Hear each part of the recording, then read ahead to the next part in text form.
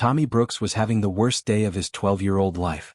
He'd been exploring near the new human colony on Draconis Prime when he spotted something incredible, a butterfly with wings that glowed like crystals in the sunlight.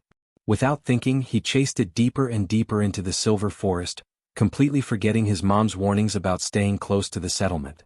By the time Tommy realized he was lost, the twin moons were already rising. The forest looked different in the fading light, and every path seemed exactly the same.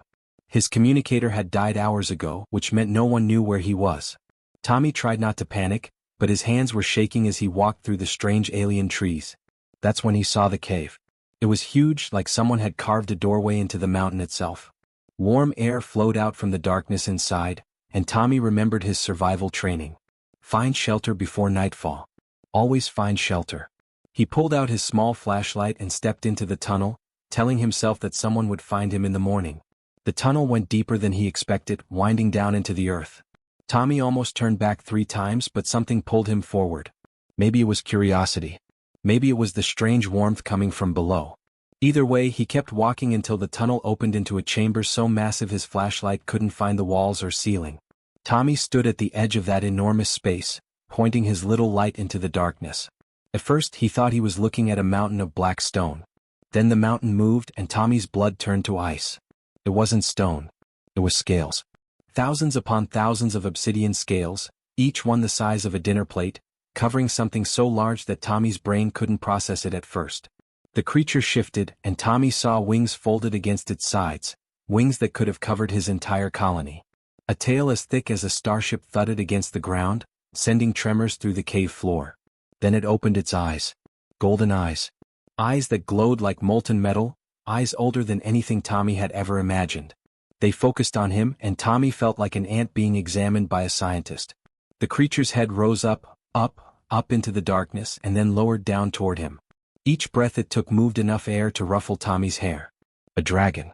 Tommy was staring at an actual dragon. His flashlight fell from his numb fingers and clattered on the stone. Tommy's voice came out as barely a whisper, cracked with terror. Please don't eat me. He squeezed his eyes shut, waiting for teeth or fire or whatever dragons did to stupid human boys who wandered into their caves. His heart hammered so hard it hurt. He thought about his parents, about how they'd never know what happened to him. He thought about his little sister Beth, who'd given him her lucky marble before he left that morning. But the dragon didn't eat him. Instead, Tommy felt something touch the ground in front of him. He opened one eye, then both, and couldn't believe what he was seeing. The dragon's massive head was pressed against the cave floor, bowed down like a knight kneeling before a king.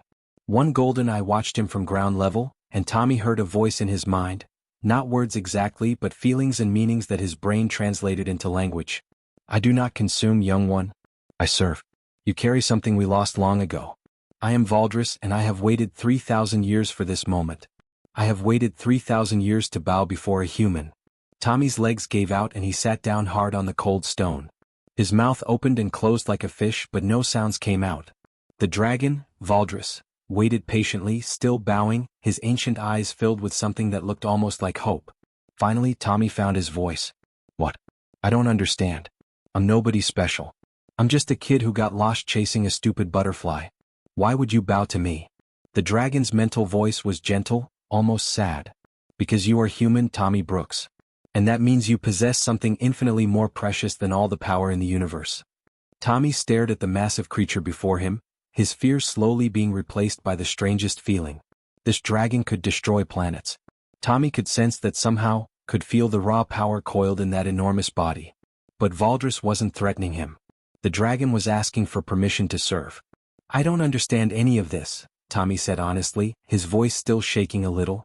Then let me explain, Valdris replied, finally raising his head but moving slowly, carefully, like he was afraid of scaring the boy.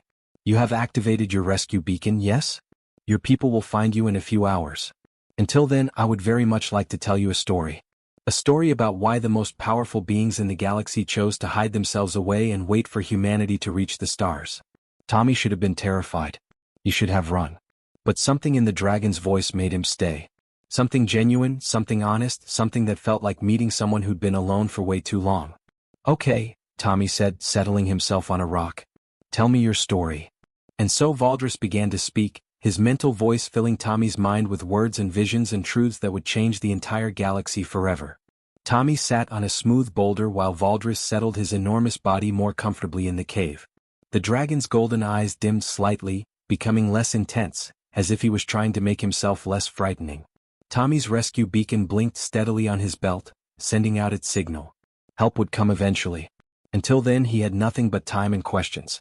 My kind ruled the galaxy once, Valdris began, his mental voice carrying a weight that made Tommy feel small. Millions of years before your species even existed, dragons were everywhere. We commanded fleets of lesser beings. We shaped worlds to our liking. Other species built temples to us or fled in terror when we arrived. We were gods, Tommy. Real living gods. Tommy hugged his knees to his chest. So what went wrong? Why are you hiding now? The dragon was quiet for a moment, and Tommy felt something like embarrassment flowing through their strange mental connection. We became too powerful for our own good. Do you understand evolution, young one? Yeah, we learned about it in school. Species change over time to survive better. Exactly. And we dragons evolved to survive everything. We became immune to disease, to age, to the vacuum of space itself. We could bend gravity with our minds, see across dimensions, manipulate matter at the atomic level. We became beings of pure energy wearing physical forms like you might wear a coat. Immortal. Indestructible. Perfect. Tommy frowned. That doesn't sound like a problem. But it was, Valdris said, and now his mental voice carried real pain. Perfection killed us in ways that no weapon ever could. Let me show you something. Suddenly, Tommy's mind filled with visions that weren't his own. He experienced what it felt like to be Valdris, to have power beyond imagination coursing through every cell. To look at a mountain and simply will it to move. To exist for centuries without sleeping, without eating, without needing anything at all. But underneath all that power was emptiness. A void so complete that Tommy gasped out loud. The visions continued. Tommy saw dragons building magnificent cities, but the structures were cold and lifeless, copied from species they'd conquered because the dragons themselves couldn't imagine anything new. He saw dragons sitting in vast halls for decades without speaking because they had nothing to say to each other. He felt what it was like to watch 1,000 sunsets and feel absolutely nothing. We lost our ability to create, Valdris explained as the visions faded. We could destroy anything, but we couldn't make something new. We couldn't write songs or tell stories. We couldn't paint or build or dream. Those parts of our minds simply stopped working as we evolved. Tommy wiped his eyes, surprised to find them wet. You can't feel things? Like happiness or sadness. We can feel hunger for power. We can feel the satisfaction of domination. But love? Joy? Wonder? Valdris's mental voice cracked slightly. Those were the first things we lost. We became perfect killing machines with no reason to kill. Masters of everything with no purpose for mastery. The dragon shifted, and Tommy noticed for the first time how tired those ancient eyes looked. How lonely. About 12,000 years ago we discovered Earth, Valdris continued. Your species was primitive then, living in caves, painting on walls, telling stories around fires. We prepared to conquer you like we'd conquered everyone else. But then we watched you more closely. We saw something that stopped us cold. What did you see? We saw humans creating things. Not copying but truly imagining and building. We heard your music, simple drums and flutes, but filled with emotion we hadn't felt in millions of years. We watched you tell each other stories that made you laugh and cry. We saw you hope for better futures even when you had nothing. We saw you sacrifice yourselves to save others, not because logic demanded it but because you loved them.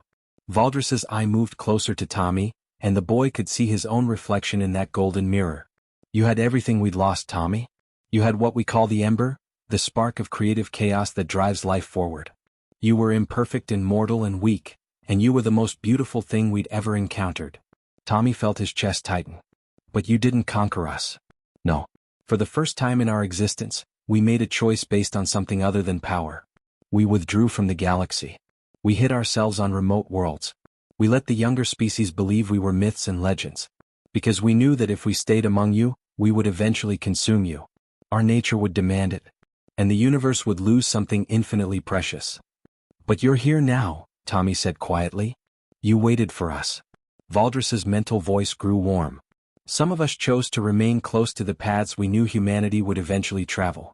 We became guardians instead of conquerors. We taught primitive species to be ready for your arrival.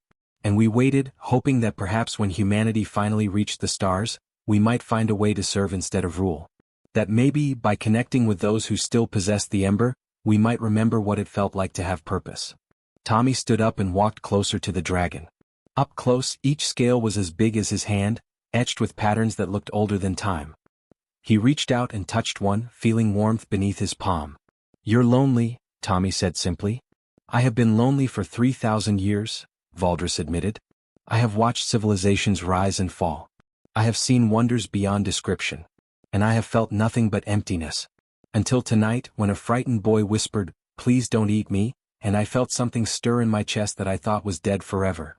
"What did you feel?" "Hope, Tommy Brooks. For the first time in millennia, I felt hope." Tommy was still processing everything Valdris had told him when he heard voices echoing through the tunnels. The rescue team had found him. He should have felt relieved, but instead his stomach knotted with worry. How would they react to finding him with a dragon? "Tommy? Tommy Brooks, can you hear me?" Captain Rachel Morrison's voice bounced off the cave walls, getting closer. "I'm here," Tommy shouted back. He looked up at Valdris. "They're going to freak out when they see you." "I know," the dragon replied calmly. "But this moment was always going to come. The question is, what will you choose?" "Choose? Choose what?" Before Valdris could answer, bright flashlights swept into the chamber and Captain Morrison burst through the entrance with 5 armed colonists behind her. Every weapon immediately pointed at the dragon. "Tommy, get away from that thing right now," Rachel commanded, her voice sharp with fear and authority. Tommy stepped sideways but not away from Valdris. Instead, he positioned himself between the dragon and the guns. "Wait. Please just wait. He's not dangerous. His name is Valdris and he's been—" "I don't care what its name is," Rachel interrupted. "Move aside. Now." Valdris's mental voice suddenly filled everyone's minds at once. "I mean no harm to the child or to any of you. I am bound by ancient oath to protect, not to threaten." 3 of the colonists stumbled backward, shocked by the voice inside their heads. One man dropped his weapon entirely. Rachel steadied her aim, but Tommy could see her hands shaking slightly. "Stay out of our heads, monster," she growled. "He's not a monster," Tommy said, surprised by how angry he felt. "Captain Morrison, you have to listen. Everything we thought we knew about dragons is wrong. They're not evil. They're just lost." Rachel's eyes flicked between Tommy and the massive creature behind him. "Tommy, you're 12 years old. You don't understand what you're dealing with. These things destroyed entire civilizations." "I know," Tommy said quietly. "Valdris told me everything. He showed me. And that's exactly why we need to listen to him now." Valdris spoke again, his mental voice gentler this time. "I offer the boy a choice, Captain Morrison. A choice that must be his alone, made freely. I can bond with him, share a fragment of my essence so that we might work together. Or I can remove all memory of this encounter and he can return to his family as if nothing happened." "Bond?" Rachel lowered her weapon slightly. "What does that mean?" Tommy turned to look at the dragon. "Yeah, what exactly happens if I say yes?" Valdris's golden eyes reflected the flashlight beams. "You will see the world differently. Your senses will expand to perceive things human biology normally cannot. You will live longer than other humans, perhaps centuries instead of decades. And I will be connected to you, able to feel what you feel, to come when you call, to protect you with everything I am." "And what do you get out of it?" Rachel demanded suspiciously. "Purpose," Valdris said simply. "A reason to exist beyond simply existing. The boy carries the ember, the creative spark my kind lost. Through our bond, I might remember what it feels like to truly live instead of merely surviving." One of the other colonists, a woman named Janet, spoke up. "This sounds like possession. Like he's trying to take over the kid's mind." "No," Valdris said firmly. "I would have no control over Tommy's choices or actions. The bond flows both ways. He would feel my presence, yes, but I would feel his emotions, his dreams, his fears. I would be vulnerable to him in ways I have not been vulnerable in 3,000 years. This is not domination, human. This is partnership." Tommy looked at the rescue team, then back at Valdris. His parents had always taught him to think carefully before making big decisions. This was definitely the biggest decision of his life. Maybe the biggest decision any human had ever made. "If I say no," Tommy asked slowly, "you'll just erase my memories? Like none of this happened?" "Yes. You will wake up tomorrow believing you simply got lost and fell asleep in a cave. Your team found you. Nothing more. And you'll go back to being alone." Valdris was quiet for a moment. "Yes. I will wait as I have waited. Perhaps another human will find me someday. Tommy thought about everything the dragon had shared with him. The emptiness. The loneliness. 3,000 years of watching the universe spin by without feeling anything real. He thought about how scared he'd been when he first saw Valdris, and how that fear had transformed into something else entirely. He also thought about what his dad always said, the right choice is usually the scary one, Tommy. If it was easy, everyone would do it. Captain Morrison, Tommy said, turning to face her. I know this sounds crazy. I know you think I'm just a kid who doesn't understand. But I felt what Valdris feels. He showed me everything, the good and the bad. And I don't think this is about me at all. I think this is about what humanity could become if we choose to help instead of fear. Rachel studied his face for a long moment. Your parents are going to kill me. Is that a yes? She sighed heavily and holstered her weapon. The other colonists followed her lead, though they kept their hands near their guns. It's an, I'm not going to stop you. But Tommy, if this goes wrong? It won't, Tommy said with more confidence than he felt. He turned back to Valdris. I accept your oath. The dragon's eyes brightened with emotion Tommy could actually see. Then receive my gift, Thomas Brooks. Let our peoples finally be joined as they were always meant to be. Valdris extended one massive claw with surprising gentleness. The tip touched Tommy's forehead, and the world exploded into light and sensation, an overwhelming connection that made the boy gasp and nearly fall. 6 months after Tommy bonded with Valdris, he stood in the Grand Hall of the Galactic Congress, staring at representatives from 47 different alien species. The hall was enormous, built to accommodate beings of all shapes and sizes. Some delegates floated in anti-gravity fields, others sat in pools of liquid, and a few existed as pure energy contained in special chambers. Behind Tommy, Valdris coiled in the observation area, his presence making every delegate nervous. Tommy's hands were sweating. Public speaking was hard enough when it was just his classmates. This was the entire galaxy watching. The past 6 months had been complete chaos. News that dragons were real spread across every human colony within days. Half the population thought Tommy was humanity's savior. The other half thought he was being manipulated by an ancient monster. His parents supported him, but his mom cried herself to sleep most nights, worried about what the bond was doing to her son. The worst part was General Frank Webb and his Sovereignty Coalition. They'd been broadcasting messages across human space for months, calling dragons an existential threat that needed to be eliminated immediately. These creatures conquered the galaxy once, Webb had said during his last broadcast. They're playing the long game, using children like Tommy Brooks as puppets. We must strike first before they destroy us all. But humans weren't the only ones scared. The elder alien races remembered the Dragon Empire firsthand.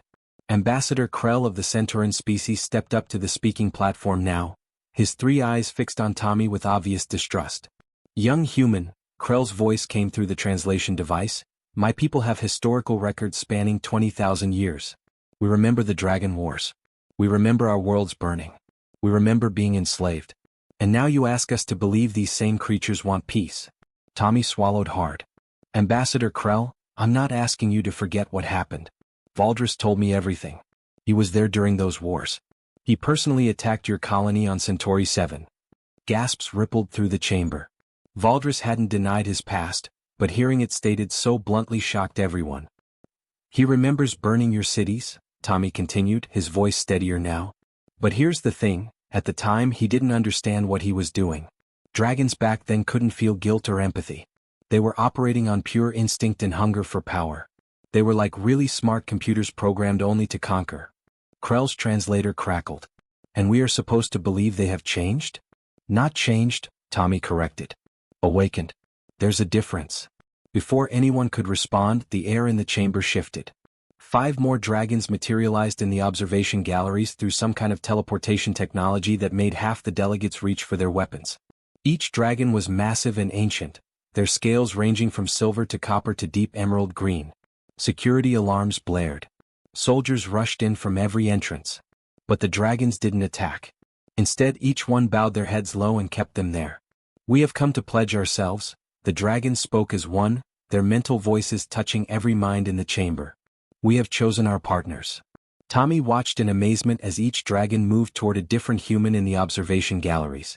A scientist named Jennifer Martinez stood frozen as a silver dragon bowed before her. A young military officer, David Park, looked like he might faint when a copper dragon called him Worthy One. An elderly colony administrator named Margaret Foster actually laughed when an emerald dragon addressed her as wise elder. Two more dragons approached a university professor named Nathan Cole and a ship technician named Amy Wallace. Both humans looked terrified and honored at the same time. The chamber erupted in shouting. Half the delegates were demanding the dragons leave immediately. The other half were arguing about what this meant for galactic politics. General Webb's face appeared on the communication screens, red with anger. "This is exactly what I warned you about," he shouted. "They're taking our people. This is an invasion." But Valdris's mental voice cut through the chaos like a knife through butter. "We are not taking anyone, General Webb. Each human may refuse our offer. No dragon will force a bond. But I must tell you all a truth we have hidden for too long." The chamber fell silent. Tommy felt Valdris gathering his courage through their connection. "We dragons are dying," Valdris said, and Tommy felt the weight of that confession. Not from disease or injury but from entropy itself. Beings of pure power without purpose eventually fade away into nothing. Once there were thousands of us. Now fewer than 50 remain. We are disappearing, scattered across the galaxy, slowly losing our grip on existence.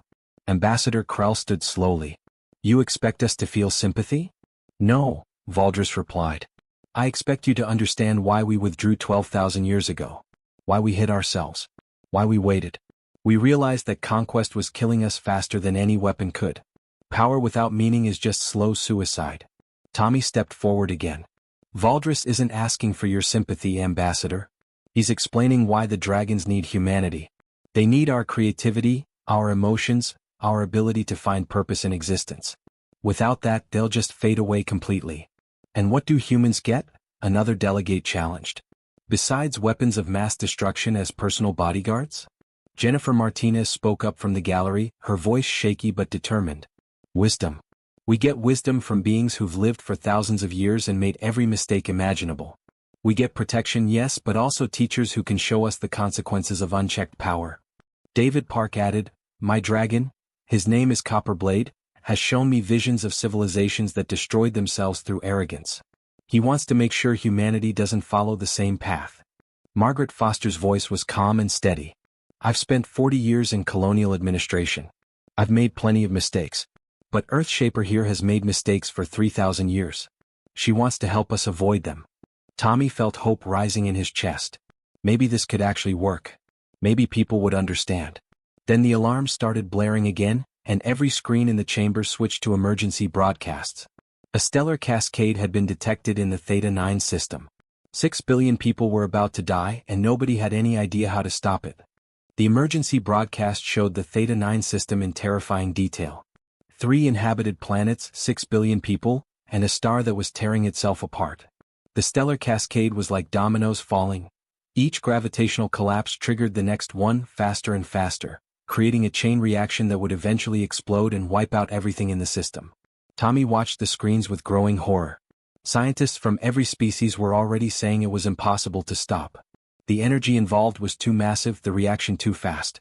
Evacuation would take months. They had days, maybe hours. "We have to do something," Tommy said, looking up at Valdris. His parents were on their transport ship heading back to Earth, but they'd immediately turned around when they heard the news. His father's voice came through Tommy's communicator, worried and urgent. "Son, even if you go there, what can you possibly do? The smartest people in the galaxy are saying this is hopeless." Tommy closed his eyes and felt through his bond with Valdris. The dragon was half a galaxy away, but distance meant nothing to their connection anymore. "Dad, everyone's trying to use technology to fix this. But I don't think this is a technology problem. I think we need something different." Within 2 hours, 6 dragons and their human partners converged on the Theta 9 system, arriving faster than any conventional ship could travel. Tommy stood on the observation deck of the rescue station, watching the star pulse and convulse like a dying animal. Each pulse sent shockwaves through space that rattled the station's shields. Dr. Jennifer Martinez joined him, her dragon Silvaris coiled nearby. Her hands flew over a data pad, analyzing the cascade patterns. "The energy is feeding on itself," she explained, her voice tight with stress. "Every collapse increases the gravitational pressure, which triggers the next collapse. It's exponential. In 17 hours, the star will go supernova." Tommy stared at the numbers, his enhanced vision, a gift from his bond, letting him see patterns normal humans couldn't. Something nagged at the back of his mind. What if we don't try to stop it? Everyone turned to stare at him. Admiral Lisa Chin, who was coordinating the evacuation efforts, looked at him like he'd lost his mind. Excuse me? We're trying to save billions of people.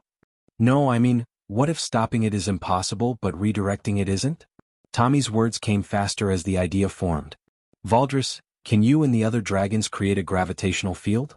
Something strong enough to pull the cascade energy away from the inhabited planets.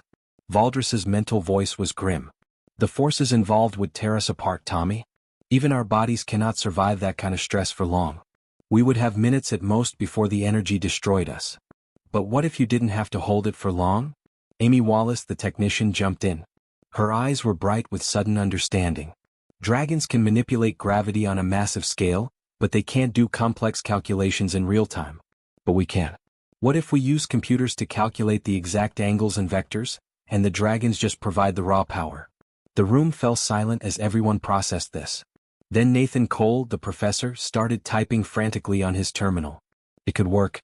If we position the dragons around the star in a specific formation, create a gravity lens that bends space itself. We don't stop the cascade, we channel it. Send the energy shooting out into empty space instead of toward the planets. The math would have to be perfect, Jennifer added, already running simulations. 1 degree off and we either fail completely or tear the planets apart ourselves. David Park, the military officer, was coordinating with his dragon Copper Blade. We'd need split-second timing. All 6 dragons acting as one, following human directions precisely. Margaret Foster's calm voice cut through the chaos. Can it be done? Tommy looked at each of the human-dragon pairs. 6 humans who'd bonded with ancient beings of immense power just months ago. 6 partnerships that the galaxy still didn't trust. And 6 billion lives hanging in the balance. We can do this, Tommy said with quiet confidence. This is exactly why we bonded. Dragon power with human creativity. This is what partnership means. The next 3 hours were the most intense of Tommy's life. The 6 dragons positioned themselves around the dying star, forming a geometric pattern that looked almost like a flower. Nathan Cole and Jennifer Martinez fed constant calculations to their human partners, who mentally transmitted them to the dragons. Amy Wallace monitored the energy levels, calling out adjustments. David Park coordinated the timing with military precision. Margaret Foster kept the panicking planetary governments calm with her steady updates. And Tommy, as the first bonded pair, the one with the strongest connection, coordinated everything. Theta 9 station, we're ready, Tommy reported to Admiral Chin. On my mark, the dragons will create the gravity lens. If this works, the cascade energy will be redirected into Sector 77 Alpha. That's empty space, no planets, no stations. And if it doesn't work? Admiral Chin asked quietly. Then at least we tried something instead of nothing. The star pulsed again, harder this time. Alarms screamed across every monitoring station. The cascade was accelerating. They were out of time. Now! Tommy shouted. Do it now! 6 dragons unleashed their power simultaneously. The space around the star bent and twisted in ways that hurt to look at. Tommy felt Valdris straining through their bond, pushing his ancient body to its absolute limits. The other dragons were doing the same, their combined might creating a gravitational lens that redirected forces equivalent to 1,000,000 exploding suns. For a moment, Tommy thought it wasn't going to work. The star pulsed again and he felt Valdris cry out in pain as the energy tore at his body. But the humans kept feeding calculations, kept making micro-adjustments, kept their dragons on target with precision no dragon alone could have managed. The cascade's energy hit the gravity lens and bent. It didn't stop, but it changed direction. Like water flowing through a carefully designed channel, the destructive force shot away from the inhabited planets and out into the designated empty sector where it could harmlessly dissipate. The star shuddered one final time, then stabilized. Traumatized but intact. Alive. 3 billion people watching on emergency broadcasts across the galaxy saw it happen. They watched 6 dragons, creatures of nightmare and legend, work in perfect harmony with 6 humans to achieve something no single species could have done alone.